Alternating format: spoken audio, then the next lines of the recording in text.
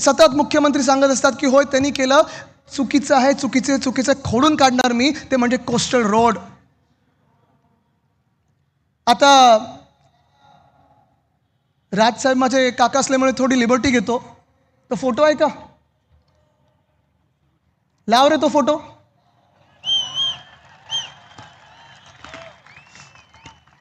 हे जिओ टेक्निकल सर्वेचं काम आहे. फडणवीस साहेब दिसतात का कुठे?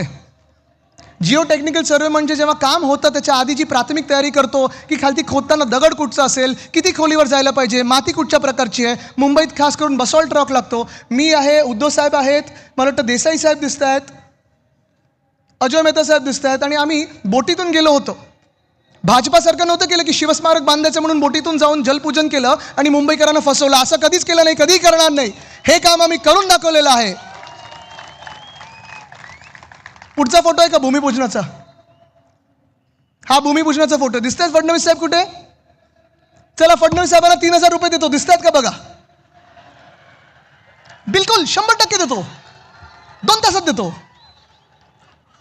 हा भूमिपूजनाचा फोटो आहे. डिसेंबरमध्ये महाडेश्वर साहेब महापौर असताना केलेलं हे आपण भूमिपूजन आहे. विशाखाताई दिसत आहेत, सगळे दिसतात तिथे. आता ह्याच कार्यक्रमात भाजपाने बहिष्कार टाकला होता. स्वतःच्या कार्यक्रमावर कधी बहिष्कार टाकू शकतो का कोणी? पण हे भूमिपूजन आपण डिसेंबर 2018 साली केलं होतं. पुढचा फोटो आहे का? हे कोस्टल रोडचं टनल बोरिंग मशीनचं काम सुरू करताना आहे. मास्क आम्ही लावलेत, हुडी घालून कोणाच्या घरी गेलो नव्हतो, मास्क लावून आम्ही लोकांमध्ये कामं करत होतो. बोलतात ना बाहेर पडलो नाही. बघा पुढे जाऊया. हे टनलचं काम सुरू करताना अश्विनी भिडे जी आहेत, ज्या अधिकारी आहेत त्या आता CMO मध्ये, आमच्या वेळी BMC मध्ये होते, चांगलं काम करणारे अधिकारी आहेत, त्यांच्या हस्ते उद्धव साहेबांनी ते बटन दाबून घेतलं. पुढे जाऊया. आणि हे ते टनल बोरिंग मशीन, ज्याचा आपल्याला अभिमान असायला पाहिजे की आपल्या काळात आपण हे आणलेलं टनल बोरिंग मशीन आहे. आणि ह्याचं नाव मी मावळा दिलं होतं. मावळा, छत्रपती शिवरायांचा मावळा. जसं त्यांनी सह्याद्रीमध्ये काम केलं तसं आपल्या ह्या टनलिंगमध्ये ह्यांनी काम केलेलं आहे.